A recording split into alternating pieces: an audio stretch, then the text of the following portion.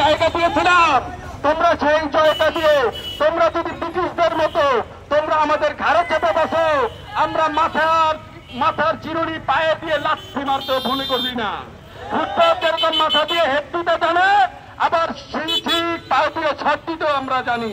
তোমরা ওই আমরা আবাবিল পাখির মতো ঝরে পড়বো তোমাদের উপরে।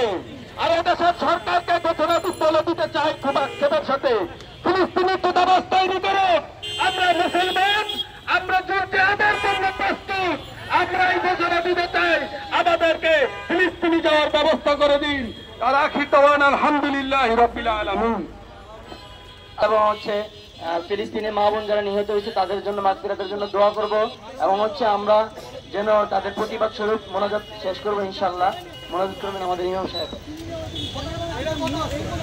আসসালামু আলাইকুম ওয়া রাহমাতুল্লাহি ওয়া বারাকাতুহু। قال الله تبارك وتعالى إنما المؤمنون إخوة وقال عليه الصلاة والسلام الجنة تحت ظلال السيوف أو كما قال عليه الصلاة والسلام।